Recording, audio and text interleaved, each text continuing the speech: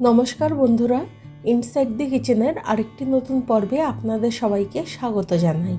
আজকে আমি বানাচ্ছি সবজি দিয়ে মাছের ঝোল, যা খেলে গরমে শরীর ও মন দুটোই ভালো থাকবে।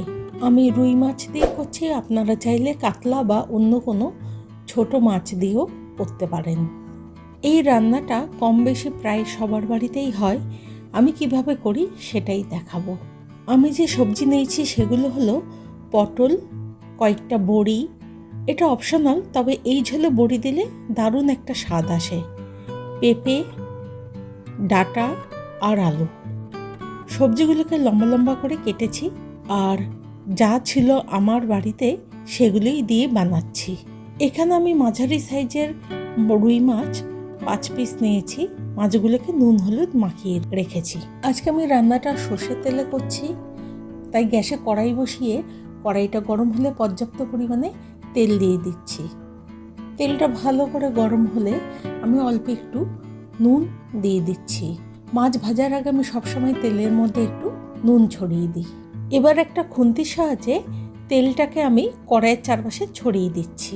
এবার সবগুলো মাছের পিস গরম তেলে দিয়ে উল্টে পাল্টে ভালো করে ভেজে নিচ্ছি। মাছের পিসগুলোকে 2 পিঠ ভালো করে ভেজে নিয়ে উঠিয়ে নিচ্ছি। মাছগুলো ভাজা হয়ে গেলে এখন আমি বড়িগুলো ভেজে নিচ্ছি।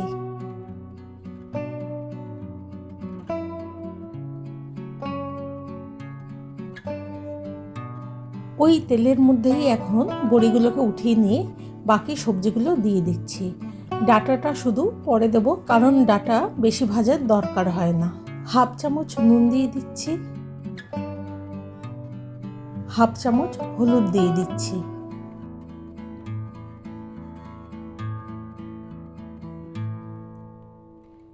এখন ডাঁটাগুলো দিয়ে দিচ্ছি সবজির মধ্যে।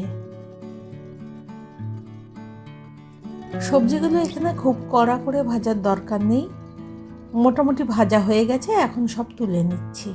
সবজিগুলো তুলে নেওয়ার পরে যেইটুকুনি তেল বেঁচে আছে, আমি কিন্তু ওইটুকুনি তেলের মধ্যেই আজকে মাছটা রান্না করব। প্রথমেই আমি 1/2 চামচ গোটা জিরে ফোড়নে দিয়ে দিচ্ছি, 1 চামচ আদা বাটা আর একটা টমেটো কুচি দিয়ে দিচ্ছি। এগুলোকে কিছুক্ষণ নাড়াচাড়া করে নিয়ে আমি অল্প একটু জল দিয়ে দিচ্ছি, যাতে মশলাটা পুড়ে না যায়। এখানে আমি ছোট চামচের 1 চামচ হলুদ গুঁড়ো, 1/2 চামচ জিরে গুঁড়ো, 1/2 চামচ ধনে গুঁড়ো, 1/2 চামচ লাল লঙ্কার গুঁড়ো আর 1/2 চামচ কাশ্মীরি লাল লঙ্কার গুঁড়ো দিয়ে দিচ্ছি।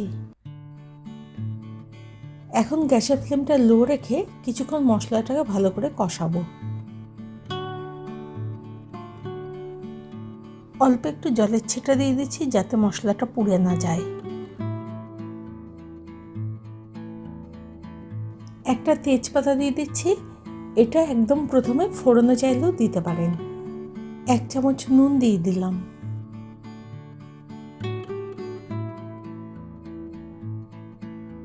মশলাটা খুব ভালো করে কষানো হয়ে গেলে আমি ভেজে রাখা সবজিগুলো দিয়ে দিচ্ছি।